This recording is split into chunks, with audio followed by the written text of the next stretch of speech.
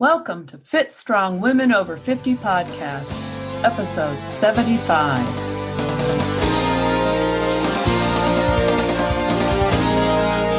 Hi, I'm Jill. Thank you for joining us today. And I'm Chris. This podcast is part of the Becoming Ellie community that Jill and I run. If you're new to the podcast, welcome. And let me tell you why we're called the Becoming Ellie community. Ellie was the Norse goddess of aging, and one time when Thor showed up, he was challenged to wrestle Ellie. Thor, being Thor, took one look at Ellie and said, "No problem." But then Ellie defeated him. Chris and I thought that was great, and we'd like to be like Ellie. If you want more information about our community or to check out all the resources we share, go to the Becoming Ellie website. That's becomingellie.com, where Ellie is spelled E-L-L-I. While you're at the website, you might think about signing up for our emails. It's just an easy way to know what's new with the podcast and website. Jill and I talk a lot about how to be fit and strong. Today's episode is a good one because we cover a lot of things. Yeah, we started out to interview a triathlon coach and ended up talking about a lot more. Let's go to the podcast. Jen Borovica is a 3-time Ironman finisher and triathlon coach with AASP coaching. She specializes in mental performance coaching. She has been pursuing triathlons since 1999. Jen is a licensed independent social worker, LISW, in the state of Ohio. She currently runs her own private practice where she provides trauma-focused individual therapy for adults. Jen is currently developing a nonprofit for women with substance abuse and trauma issues that will incorporate endurance sports. Jen graduated from the Mandel School of Applied Social Sciences at Case Western Reserve University, where she was named a recipient for the Leadership Fellows Program and awarded a full scholarship. We're delighted to have Jen with us today. Jen, maybe the best way to start today is for you to just quickly tell us your story about being an athlete and struggling with addiction and trauma without being too personal, and how that all led you to what you do today. Yeah, sure. So I have been an athlete my whole life. I started out in gymnastics at a really early age, preschool age, somewhere around there. And I was a gymnast until I was 12. I also played softball all throughout grade school, high school, and even into my 20s. And soccer, I played for about 15 years. So sport was always really important to me. So I was always really, driven by sport and loved the teamwork. And I just like being active and being able to be out there. In the 8th grade, I played football on the boys team. I was a cheerleader and I was like, I don't want to be a cheerleader. I want to play football. So my mom was a cheerleading coach. And I told her, I was like, listen, I don't want to do this. I want to tackle people. So I played football in 8th grade. We were in a small Catholic school, CYO, and we were absolutely terrible. We lost every game. So I wanted to come here and tell you that I was like the rising star, but no, we were terrible. And I was part of that terrible pack. So, but it was, but you got to play. But I got to put the pads on and tackle people and play, and I mean, that was how many years ago? 30 years ago? No, even more, 35 years ago. And it was like the shock, because the guys could see my hair coming out of my helmet and there was comments, is that a girl? Is that a girl? There was definitely those comments, but it was great. And I loved it. I just loved sport. I loved everything about it. I'd always be running from one practice to the next and all the bags and, it's just kind of how it was. I started drinking in around age 13 and it was just a fun, innocent night where me and my girlfriend, I was at her house and her mom was a nurse that worked the night shift. She was a single mom. So we had the house to ourselves, right? And we just were experimenting and I loved it. The first night I drank to excess. And what did I do the very next day? I came back home to my parents' house and I stole liquor from them and I drank by myself just so that I could feel the effect produced by alcohol. So I believe, at my core that I kind of was powerless from alcohol from the very start. I never drank like a normal person. I always drank to excess. There's alcoholism in my family, and maybe I got the gene, but I also believe that there was some, psychological and social factors that led to my addiction as well. So I think it was just the perfect storm of everything. And as soon as I tried alcohol, it just was that comfort that I had been looking for a long time.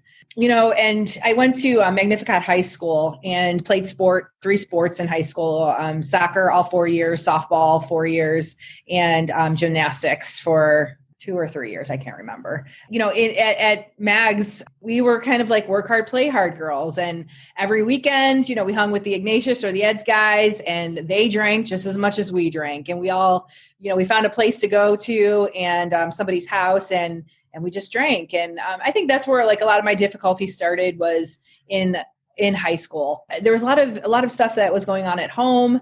And I think there was some of what we may call trauma. I think a lot of people, when we think about trauma, we think about big T trauma. We think about war. We think about rape. We think about assaults, car accidents. Yeah, I think of car accidents. That's what popped into my head. Yeah. And I think there's that. And of course, those are all in the category of trauma. But what we often don't talk about is the small T trauma. Small T traumas are those little things that happen along the way that can impact us on an emotional level, just like big T traumas. Like what would you say that would be? Yeah, just small things. I mean, if we're we could look at like emotional wounding, attachment wounds. Growing up, we have some parents, there's really, really good parents could at times not meet their child's needs, right? So very well-intended parents probably do this all the time, because there's no such thing as a perfect parent out there, right?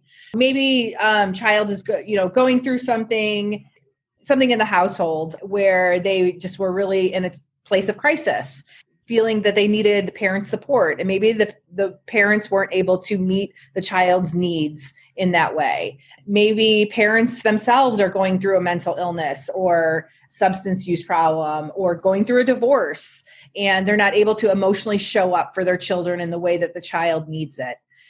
So those things can create what we call emotional wounds, attachment wounds. And that can impact a child on a really deep level. And so we can categorize that into the trauma category. Divorces we can put into the trauma the small T category. Dog dying.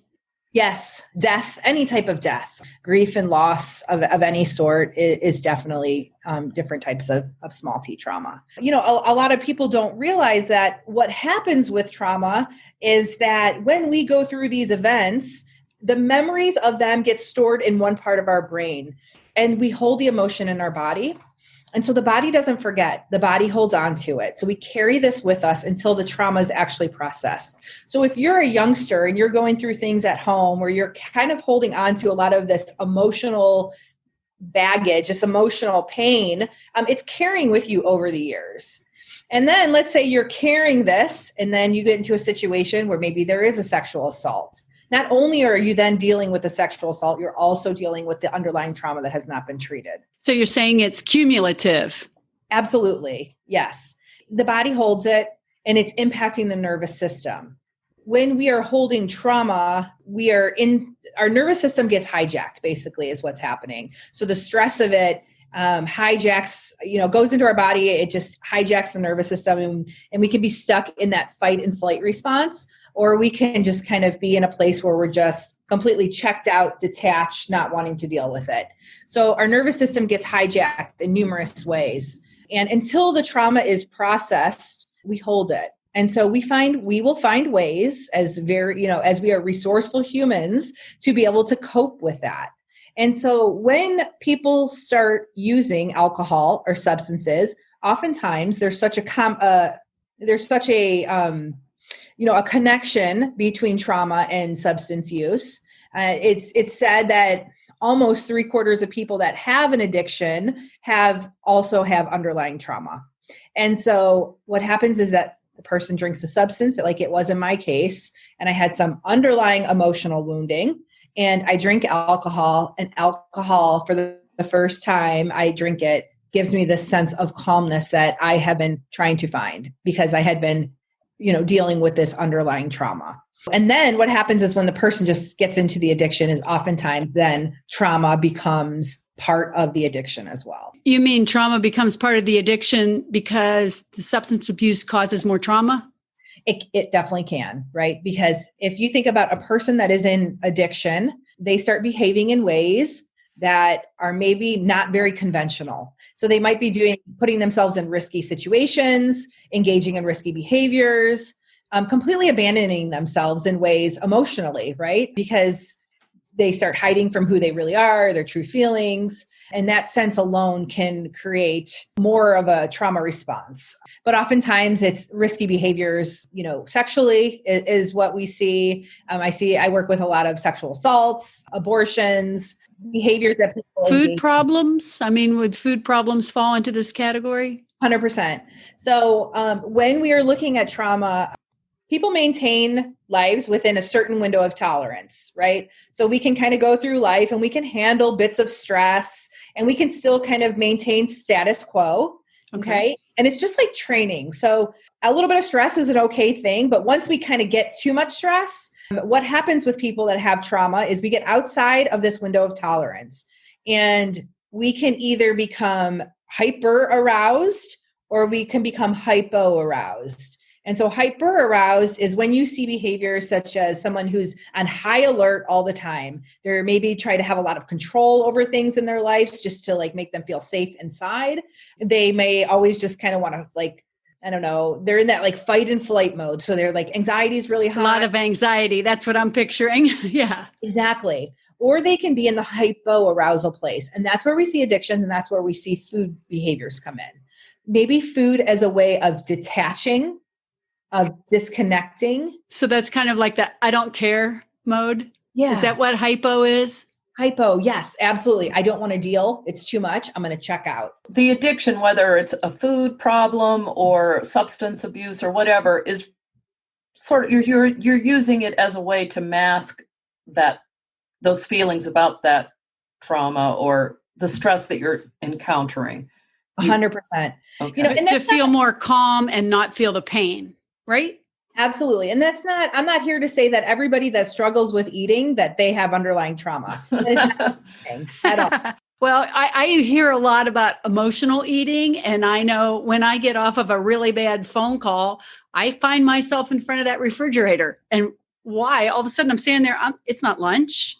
I'm not really hungry, but I have this feeling because it was a bad phone call, Mm-hmm. So maybe that's emotional eating, the pandemic. Yeah, I would say it is. and I find myself watching the governor and talking about the pandemic or all this stuff going on in the government. And it's like, I got to stay out of the kitchen, 100%, right? We find ways to cope with our feelings, right? And whether this is trauma related or not, I think that we are definitely in a society in general that likes to hide from feelings, right? We have our phones, we distract a lot, we stay busy, we do a lot to not be in our bodies and to feel. Maybe it's habitual. We also are a society of excess. We have tons of food all around us, right? And food is available. There's a lot of reasons why people emotionally, and like I said, I'm not here to say that it's only because of trauma, because that's just not true. But food can present as a way of coping with really intense feelings underneath that have not been dealt with.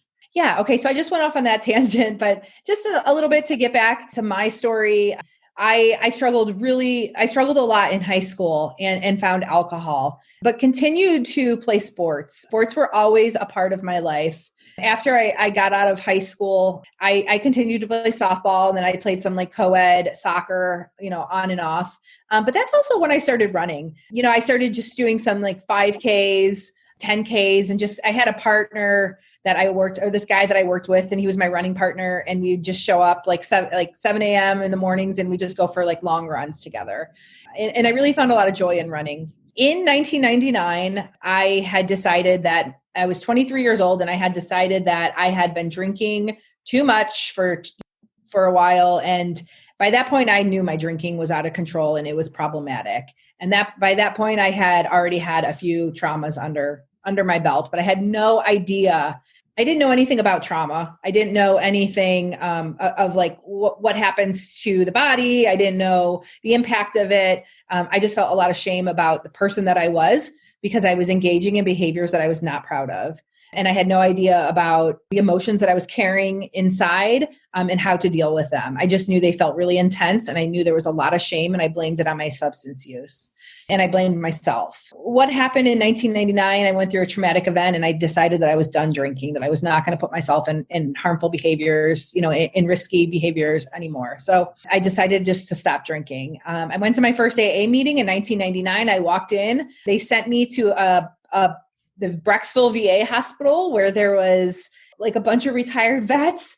And I was 23 at the time. Yeah. And I stayed there for maybe 10 minutes and I walked out and I said, no way. Yeah. No way. But I knew that I did not want to drink. And so I was working in a restaurant at the time, and I found a group, as an athlete, there was, a bunch of people in there that were athletic. And I found a group of people that like to do just fun, active stuff. And so we just started hanging out, and they were not sober, but they didn't drink. They were just considered straight edges. So we went rock climbing all the time and hiking and camping. And then we decided to train for triathlon together. So I loved it. And that summer we did 5 triathlons. There was a bunch of sprints, and then we did, I think, Cleveland Triathlon. I did that. That was my first Olympic that summer. And I loved triathlon. I fell in love with it. I could not swim to save my life. Well, you must have learned how to swim, because you can't do a triathlon unless it's a canoeing or something triathlon. I look back and I cringe. I was like, if any of my athletes ever did that, I'd be the worst coach ever. Up doing 5 in the summer, you mean? Or how you tried to swim. Yeah, it was like doggy paddle, the whole thing. I had no business being out there. Was it in Lake Erie? Yes. Yeah, it was by the rock challenging. Wow. Oh, by the rock hall. Okay, so in that. Yeah, in that little like Bay Area or whatever. Okay, so our listeners are all over the world. So we're talking about in Cleveland on Lake Erie. Yes, exactly, in Cleveland.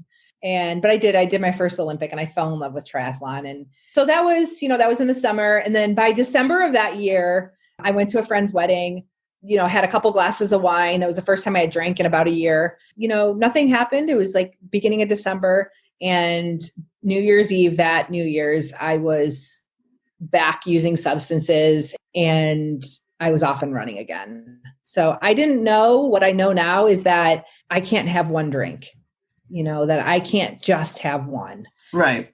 And I didn't know that at that time, so after that, I was back in my addiction.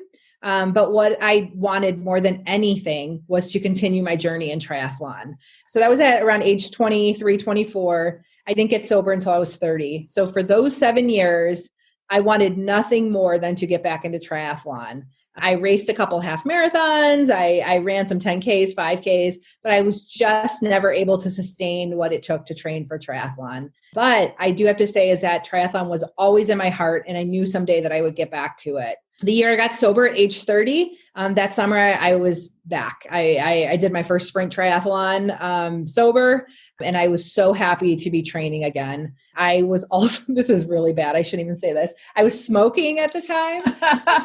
I remember, I think I was at Portage Lakes, and I remember leaving the race and smoking a cigarette. I was like, this is ridiculous, but that's just kind of where it was. And again, I was so happy to be training, and I fell in love with triathlon. But what happens is that when you get sober there's a lot of stuff that needs to be cleaned up. People don't get sober because their lives are going well. There's often a lot of mess underneath the addiction. So I knew I wanted to get back to school and finish my degree. And, I had went through a divorce. So there was just a lot of stuff happening. And it really wasn't until I was about 8 years sober that I really started training consistently for triathlon. And that was in 2013. So it was just kind of an off and on process of, maybe dabbling in some running and doing a little bit of biking, but never fully training until 2013. And so since 2013, I have been consistently training year round for triathlon. So in 2013, did you hire a coach? I mean, what happened that you became consistent? Yeah, that's a great question. So I made a big health change. What I did was in 2013, actually, I went to a health clinic in California called True North Health. I stayed there for 2 weeks. I did a 5-day water fast and got refed on a plant-based diet. Really started to come alive inside. And I knew that I wanted triathlon in my life. So I started training quite a bit. What I did was I actually hired AJ Bacco. He was my first coach. And that was what really just set the trajectory of the next 6 years, 7 years of my life. And that's who I'm a coach with now. But I loved working under AJ. He had me in tip-top shape, in the best shape that I've ever been in. And I had such a great first year and fell in love with triathlon. I'd have to say that joining CTC, our local tri club, the Cleveland Triathlon Club, was equally, if not more important than getting a coach. Just having that community around me of people around me that were just my supporters, my posse, my people, people cheering me on was, and still is to this day, just totally priceless. So I think the combination of having the community and having a coach were the two things that, and just having a strong desire of wanting to train too, were the main things that kind of just set me up to be more consistent with my training. Do you have any advice for people who are looking for a community to train with? I mean, coaching, I assume we could go online and or get referrals or whatever, but how do you find that community to train with?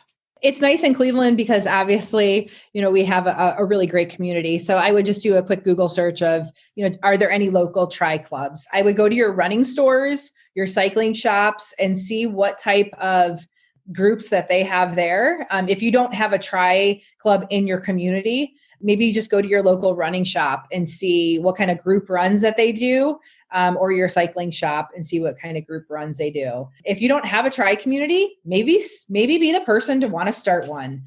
Start a community, get people involved, build a community, find a friend that likes to do something. I always encourage my athletes to train with somebody. It's one thing. Yeah, it's good to train by yourself, but it's so great to have that camaraderie of having people to be with. And those friendships are just invaluable. Right. So yeah, those would be ways. Or if you do CrossFit or yoga, going to the studio and just trying to be consistent so that people get to know you.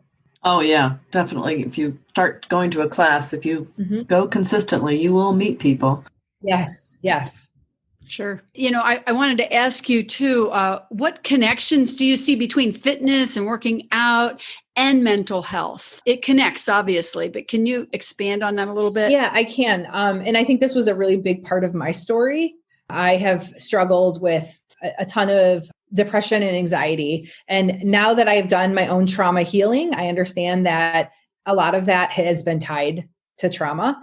But as soon as I started training consistently for triathlon, that was the number one factor in just creating better overall mental health.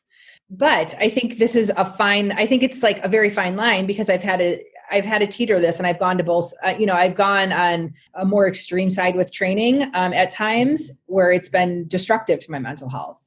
So I think a lot of people, what I see with triathletes quite a bit is that they, including me, I've gone down this path, is that, you can become really obsessive about your training. You can use training as a way to make you feel better about who you are, almost like an identity. I hear people say triathlon is who I am. I've heard that. And that's a very frightening statement, right? Right.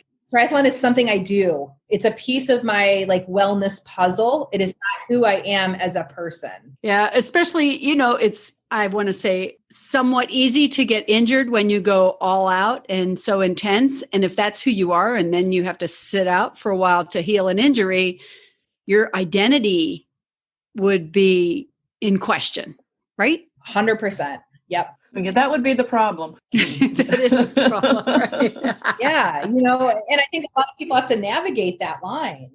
Right. Well, we call our podcast Fit Strong Women Over 50. And there really is such a huge circle of who we are as individuals and as a community. We call it the Becoming Ellie community. We try to be mentally and physically fit and strong. But to say triathlete is who I am, that's a very narrow definition. because there's so much to it, right? For sure. And whether we're engaging in CrossFit or triathlon or running, what I think something that I've learned as I've been aging, I'm 46 now. Something that I have learned is, I definitely have a push mentality. And I've learned over the years how destructive that can be, that there is value in honoring yourself and where you're at and learning how to say no. But also I feel like there's a fine line of being able to really challenge ourselves to find that next level while not digging us into a big hole, but also knowing yourself well enough of when to be able to say enough is enough. I need a rest day. I need a rest week. I need a rest month.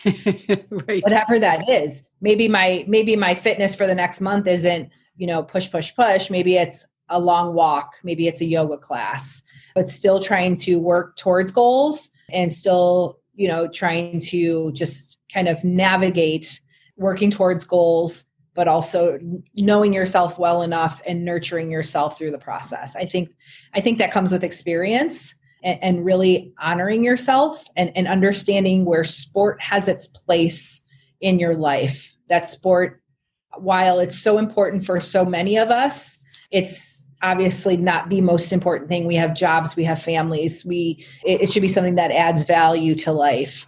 So I think there's a balance that has to come with all that, especially if we're looking at it in regards to mental health. Okay. We are doing a fine job of jumping all around, but I want to go back just to your story for a moment. So you began to train, you got into great shape, but somehow then you decided to become a coach yourself. So you do coach triathletes. Yes, I do.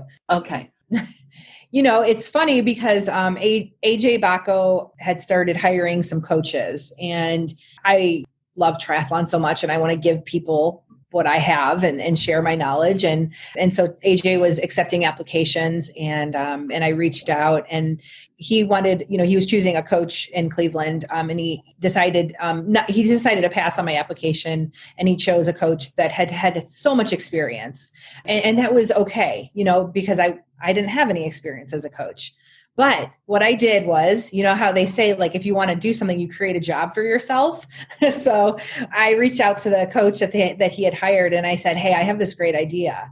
I said, what about like having a newbie group, something for newer triathletes to help them to get involved in the sport? Because when I started, before I had AJ, I was like, that's why I hired a coach, because I was so new and I was clueless and I was trying to navigate it and I had so many questions, and it would be so nice just to have people or a community of other new triathletes to train with and have some coaching along the way. So the main coach was like, yeah, this is a perfect idea. And we created this newbie group. What I did was he ran the newbie group and I was his assistant, and I did that for free for, they gave me a little bit of money and here and there, but like, I just wanted to learn, and that was okay. Like I wanted to learn, and I wanted to just say like, hey, I'm interested. This is, I can do this. So it was a really great way for me to ease into it, to learn. Plus I already had the experience of understanding the AJ Bacco coaching method because I am a coached athlete.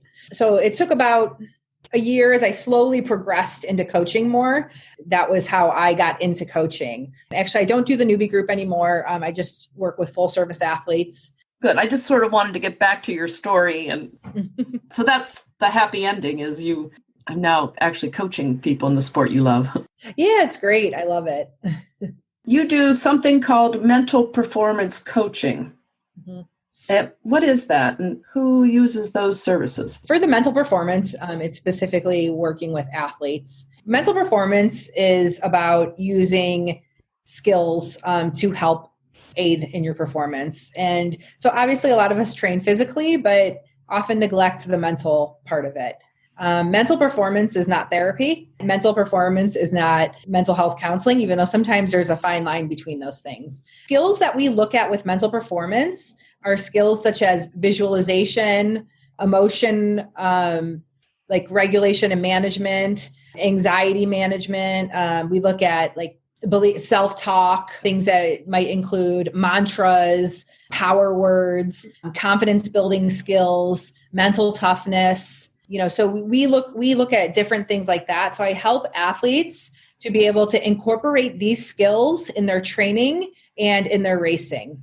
So I do that on a one-to-one level with some athletes. I will incorporate it into their training programs. There are specific workouts, if there might be a focus of not only the workout, but it might be like, okay, we're going to really focus on training the mantra over the next block. And so they'll come up with a mantra and I'll make sure that they know to incorporate it into their training. Or I might have them visualizing certain things, whether it's outside of training or during training, but really starting to implement those types of skills so that they can incorporate it into their training. Okay, makes sense. So that's one of those things that I've always felt like you sort of need to train, because waiting until you're in a race is not the time to suddenly think, I need a mantra here. No, you want to, just like you would train normally, right? And so it's like you want to train. That's why we train. We train so that we're ready for race day. And it's the same thing as preparing for a race. We're preparing our mental skills just like we're preparing our physical body for it. We've talked a lot about mantras and positive affirmations, things like that, and self-talk. And we talked a bit about quitting saying certain things to ourselves, and how we frame it. These things all fall into some sort of mental performance. But when you talk about self-talk or destructive self-talk, how do you turn that around? How do you flip it? Yeah, I think the number one starting place is with creating awareness with athletes.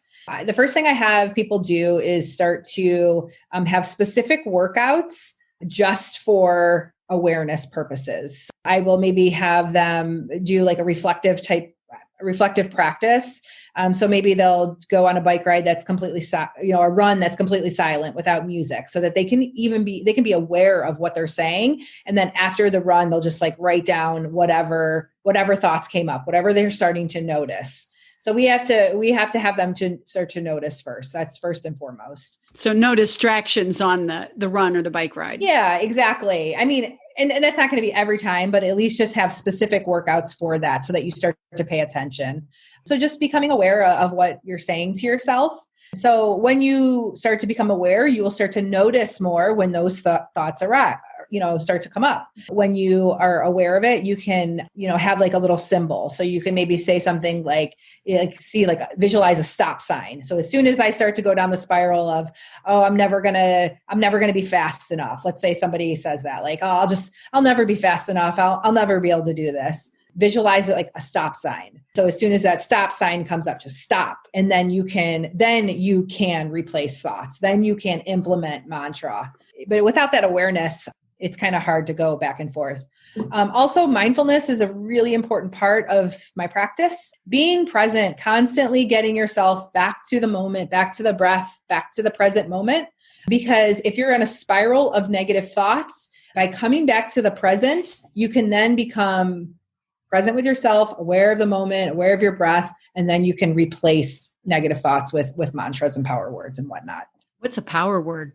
Yeah. So it's very similar to like an affirmation or a mantra, but it's just one word. So you might just say like strong. It's a very brief, quick word. You can have it like written, like I'll tell people to like write it on their water bottles, like put it, just on their, like in their car, like all over so they can see it. So they're just constantly reminded of that.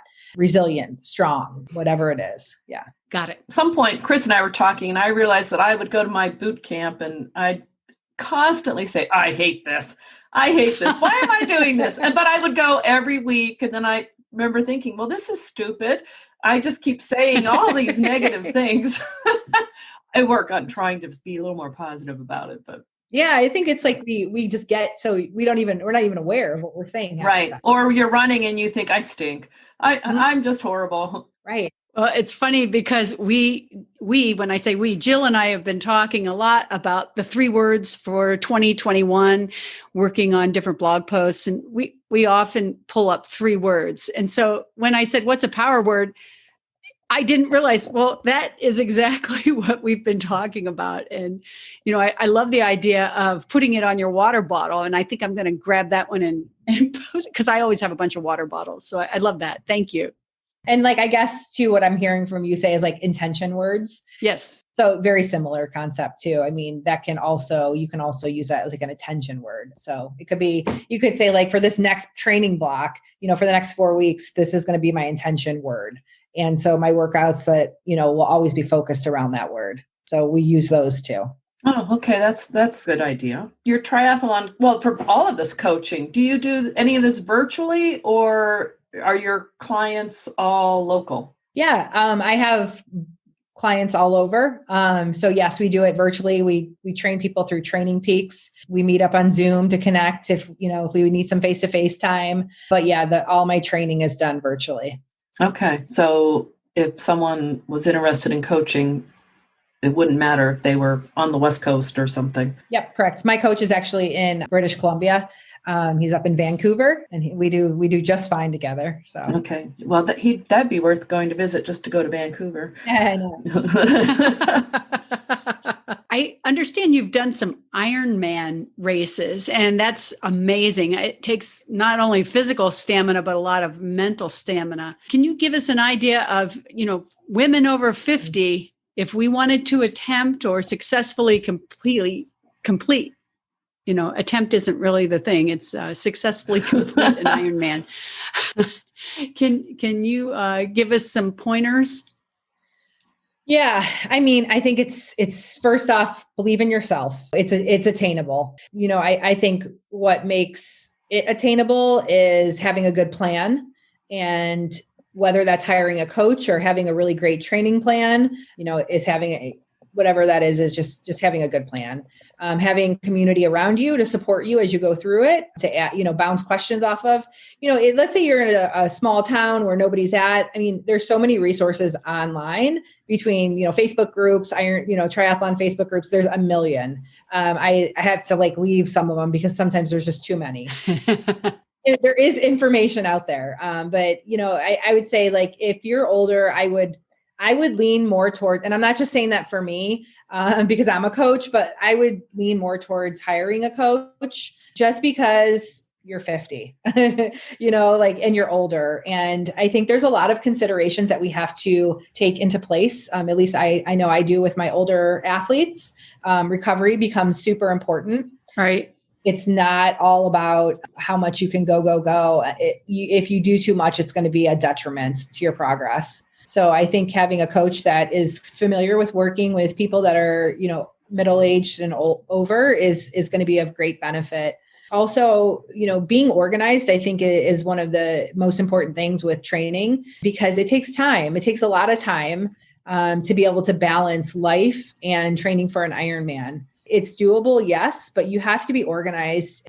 Things that you don't really think about: bottles, getting bottles ready, packing bags. I feel like it's just constant, a million bags when I'm training, and bottles. I will always have my bottles ready to go, food prep. The other thing is you're going to eat a lot more because you're training more. And so you're going to need to cook more, and that takes time. And you're going to want to fuel your body with good food that's going to help you to sustain your performance. So it's it's not really feasible just to go, grab fast food or eat some junk. You want to be cooking a lot. And so again, there's another layer of that. I think, organization, those are the biggies. And strength training. I will say it over and over again, 100%, that especially as females, it is the most important thing that we can do for ourselves is strength train. As we age, we want to stay strong. We lose muscle mass a lot quicker, and it's harder to put it on. But we want to be able to build a strong body so that we can sustain training for an Ironman. And I think you'll just feel better overall. I strength train twice a week. I work with a trainer. I lift heavy, and I just feel so much stronger overall and feel so much better. So I definitely recommend strength training. Okay, great. One thing I've noticed about triathlons is that people often end up not finishing a race. Things happen like injury, weird weather things, their bike falls apart, and just anything could happen. But I have to imagine that that's hard to come back from. Mm-hmm. That you go into a race all psyched that you're going to do this race you've trained for, and then something happens, you don't finish. How do we get back on track after something like that?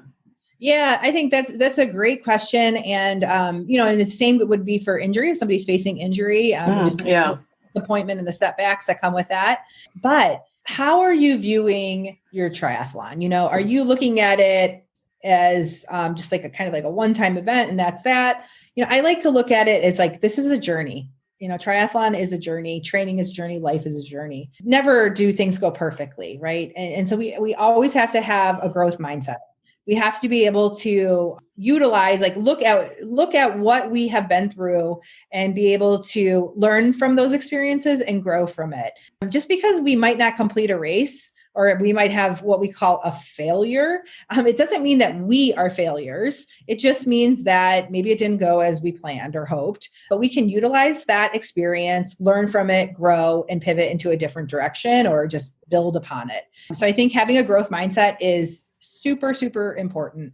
I used to get all bummed out if I, failed at something. And now, I mean, failure is just, to me, it's just part of the deal. Like, it's going to happen. It doesn't mean I'm a failure with whatever it is in life. You know what I mean? So it's like, we just have to kind of like look at our mistakes and things that might not have gone as planned as opportunities to learn and grow and find different ways of doing things. Having a growth mindset. Also, I think it's really important to be able to, like I say this all the time, and I know I have a blog on it on my website, is being able to love the process. When we fall in love with the process instead of focusing on the outcomes, these types of setbacks won't be as devastating. Because if the person actually loves the process of training and being an athlete and the day-to-day, then they're going to come back for more because that's what they love to do. If you have if it's just a one-time shot and your goal is just to get across the finish line and you're never going to train again, yeah, I'm sure there's probably going to be a big disappointment with that. You might have to grieve some loss, honestly. Most important is that it doesn't make you a failure just because you might not have had the outcome that you were expecting.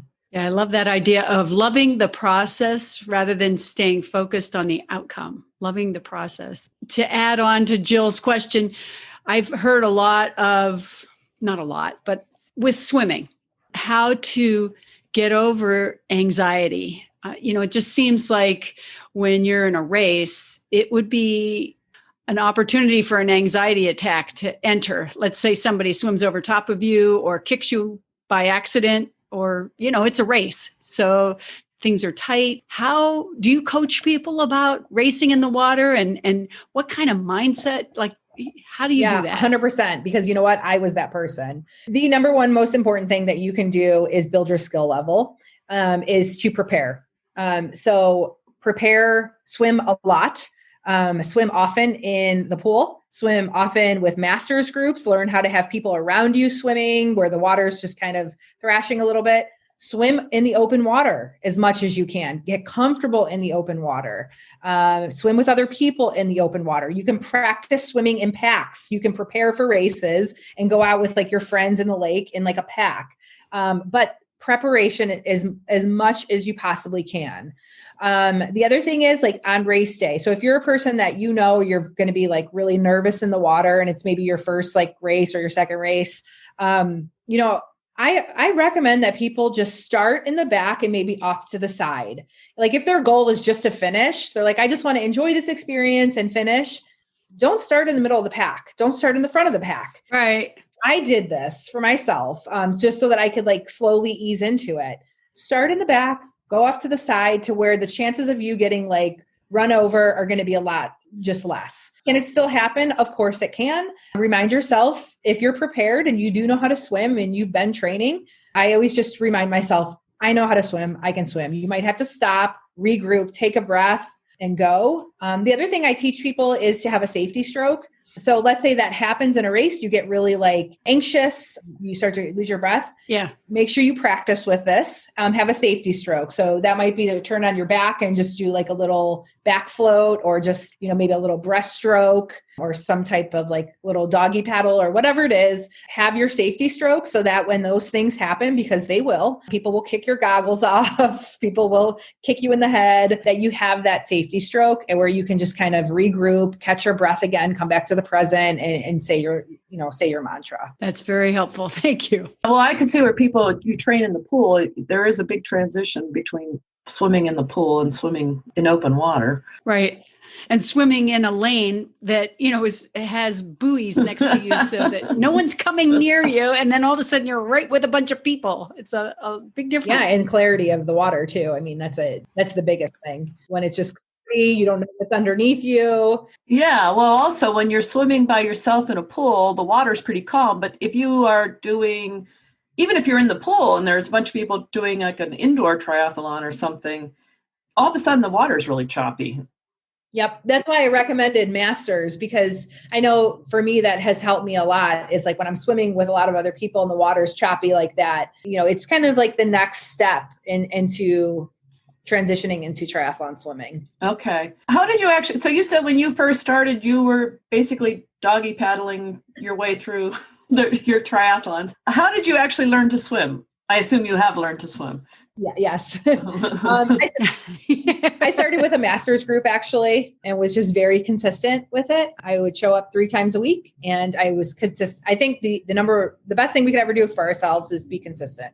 And so I showed up every week, Monday, Wednesday, and Friday, and swam with the master's group and have swam with masters for most of the time. I've also taken lessons, and then I've also, done a lot of practice. I do a lot of open water swimming too. Over time, it has probably become my favorite sport. So really, it's not I'm not fast by any stretch of the imagination, but I love it. It's super meditative for me. There's nothing like a good open water swim. There's nothing like a pool swim. I love it all. Yeah. I think just the consistency, so many people say, oh, I'm a terrible swimmer. I'm like, okay, well, how long have you been swimming and how much do you swim?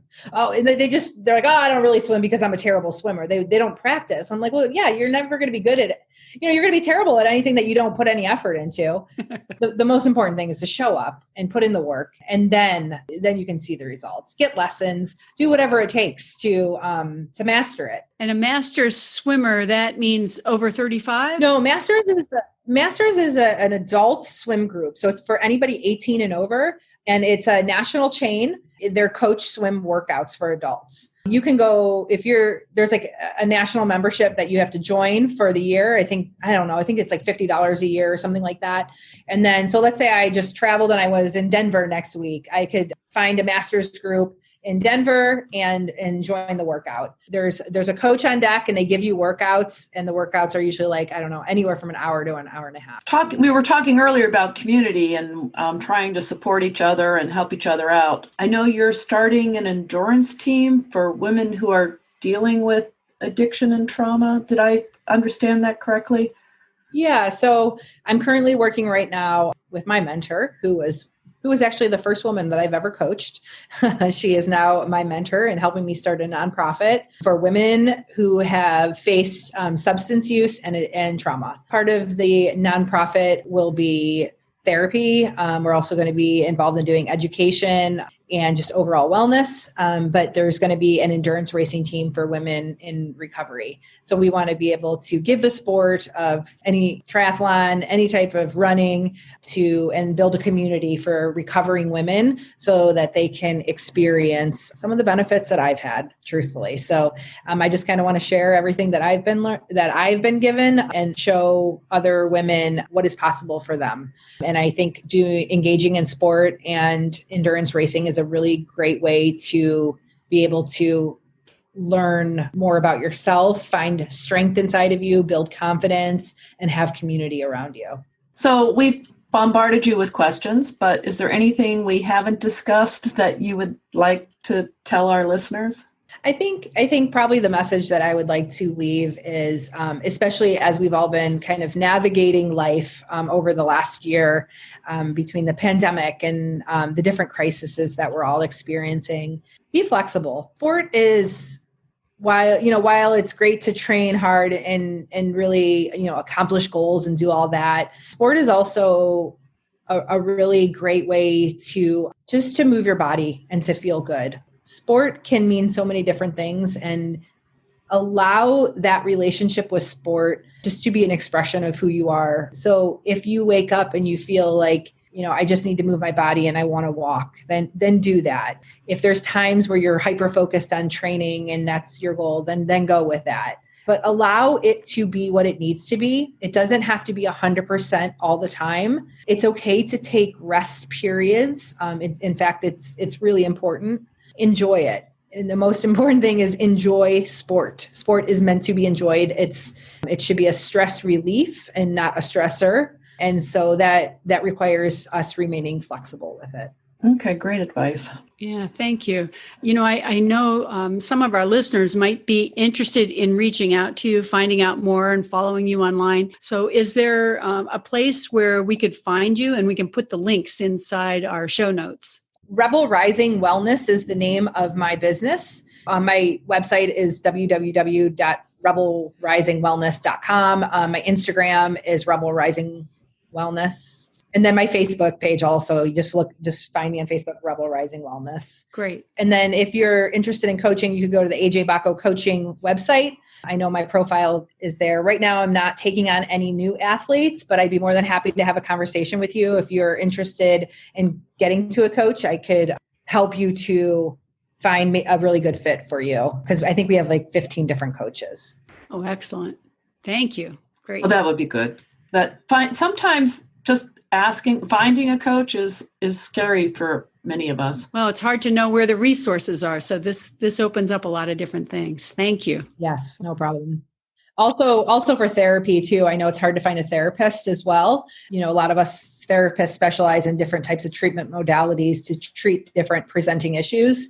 And while that might, be common knowledge for us, it's not common knowledge for the people that are seeking therapy. So I'm also, happy to help. Maybe if somebody's looking for a therapist, I can help navigate, the direction they may want to go into and how to find the right therapist for them and questions to ask in that regard as well. Excellent. Yes. And we really haven't talked about the fact that is how you make a living as a therapist, but it was in the introduction, but yes, thank you. That would be really helpful. And this is a time when many people are looking for some ideas on therapy. Yeah, I would say the pandemic overall is, what did you call that? Mini trauma. I'm not sure if it's even mini at this point because it brings up so many different aspects. So. Yeah, we look at that as like a collective trauma. Okay. We are all facing that, as a whole right now. Yeah. And I would say just, with what's happening with the Capitol riots, what's happening within the government is also a collective trauma that we're all experiencing.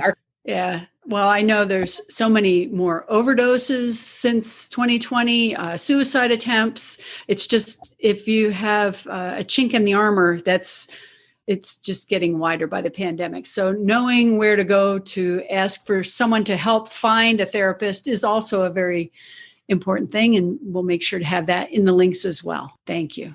Thank you so much, Jen, for talking with us today. We really appreciate it. It's been great. Yeah. Thank you for having me. I appreciate it. Mm-hmm. Well, we learned a lot and I really enjoyed talking with you and meeting you. Thanks. Yep. All right. Take care. You too. Bye-bye. Bye. Wow, we ended up talking about a lot of different things today. I like the idea that fitness can be a big help with mental health as well as physical health, but also that it's possible to get carried away with the actual fitness. Right. Well, I thought it was really interesting when she talked about all the different things she teaches in her performance training, her mental performance training. And I really enjoyed speaking with her. Yeah, the visualization, mantras, affirmations, power words. And I was not surprised that resilient was one of the first words that she said, because to me, that's the word I keep falling back to whenever my 3 words for the year elude me. Resilience or resilient keeps popping up because that's really what I think overall I'm striving for. Did you end up coming up with 3 words for this year? Yes, that's going to be in my blog post. Actually, I mentioned it a week or so ago. The 3 words are activity, fit, strong. But I elaborate on those a bit more in the blog post that will be coming up here shortly. Okay. So my 3 words, also did a blog post about them, were create, lift, and rally. Yeah, I love the rally especially. Well, the lift, of course. I like how all of your words actually have a double meaning. Yeah. They really do. They have a double meaning. I like that. So, so if you want to find out more about that, you can look at the blog post and check out Chris's blog post too. Yeah, all you have to do is go to the becomingellie.com's website. And I'd love to hear from our listeners about their fitness journey. Be sure to share with us, if you have 3 words or where you are in your journey, what you're currently working on. You can reach us on the Becoming Ellie website or on our Facebook page. We're also on Twitter, Pinterest, and Instagram. Yes, and feel free to join our private Facebook group too. We'd love to have you there as well. So if you enjoy this podcast, please tell a friend. If you have to, you might also explain how to listen to podcasts.